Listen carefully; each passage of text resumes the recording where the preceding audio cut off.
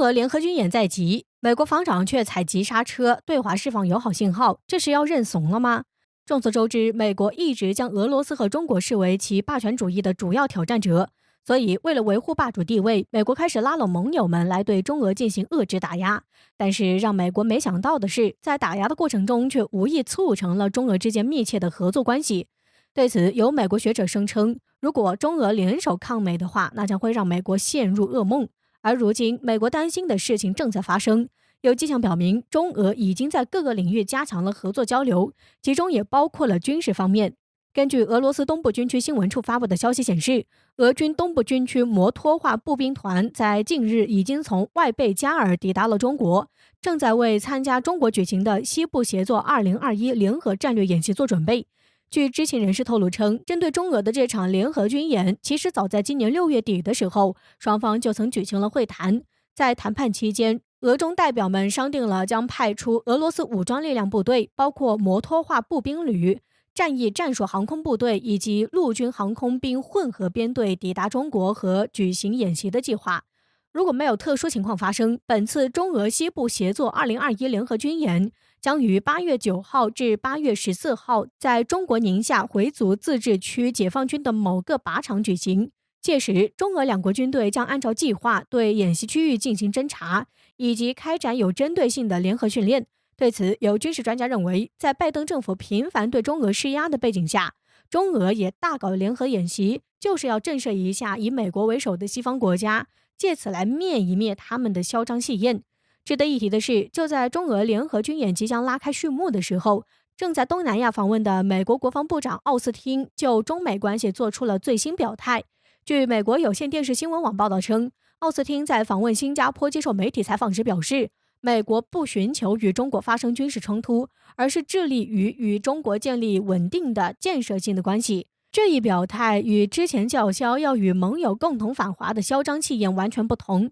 对此，有专家认为，或许是中俄即将举行军演，所以美防长才急忙踩刹车，来缓解中美之间的紧张关系。但是在我们看来，这并不意味着美国人就此认怂了，因为就以往的经验来看，一边假意示好，一边又暗自发力搞小动作，这正是美国的惯用伎俩。所以，中国绝对要保持清醒的认知，在不断壮大自身实力的同时，也要加强与俄罗斯的合作关系。我们相信，只要中俄强强联手，那么美国就绝不敢做出任何误判，因为一旦与中俄开战，美国就必将为此付出惨重的代价。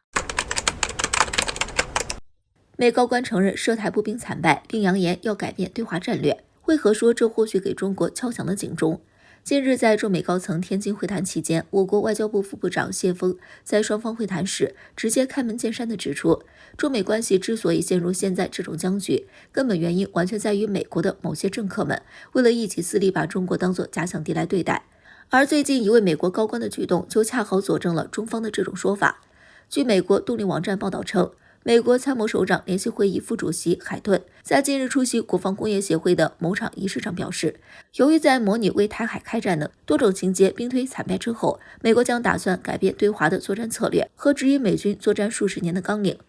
另外，据消息人士透露称，海顿的这种想法其实早在去年10月就已经萌生了。当时美国参谋首长联席会议就打算采用名为扩散式机动的作战新概念，而海顿则希望美军能在2030年之前就能将这种新的作战概念运用到现在的各种作战任务中来。值得一提的是，由于中美对抗愈演愈烈，所以海顿就抓住台海这个机会，趁机推广自己的新战略。据悉，在7月稍早前，海顿就对美军下达了4项指令，他们分别是处理冲突环境下的后勤、联合火力、联合全领域指挥管制以及资讯优势等功能作战项目。而这些指令的背后，都是将中国作为假想敌，在模拟台海作战的背景下所进行的。因此，有专家认为，美国现在一边与中国进行谈判，另一边则在偷偷地进行各种模拟作战，企图找到一些能对付中国的方法。我们都知道，美国举行的这些兵推都属于机密性质，但是作为美国参谋首长联席会议主席的海顿，在明知道这些情况下，却还是公开承认涉台兵推的惨败，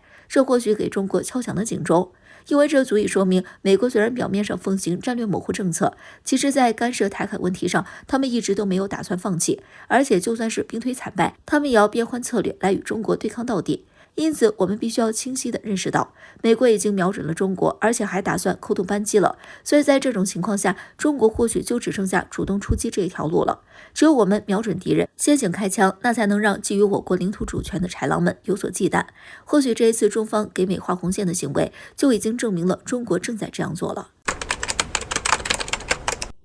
中美会谈结束后，解放军攻台主力火速展开跨海夺岛演习。中国在用实际行动证明，给美划红线绝不是说说而已。近日，随着中美高层天津会谈落下帷幕，各界对此关注的热度却丝毫未减。因为在本次会谈中，中方完全延续了上一次在美国主场安克雷奇会晤时的风格，对美火力全开，让其只有招架之心，全无还手之力。而且在这次会谈当中，我国外交部副部长谢锋和王毅外长先后对美国提出了2份清单，以及还画出了3条不可触碰的红线。对于中方的举动，港媒《南华早报》评论称，这是史无前例的，也是中国首次对中美关系画下红线，并主动提出明确的修复中美关系的补救措施。值得我们关注的是，这3条红线当中就有1条是中方要求美方不得侵犯中国国家主权，更不能破坏中国的领土完整。对此，有军事专家认为，中国的这种表态不仅是对美国的警告，同时也是对台当局的一种敲打。因为目前美台勾结行径越来越过火，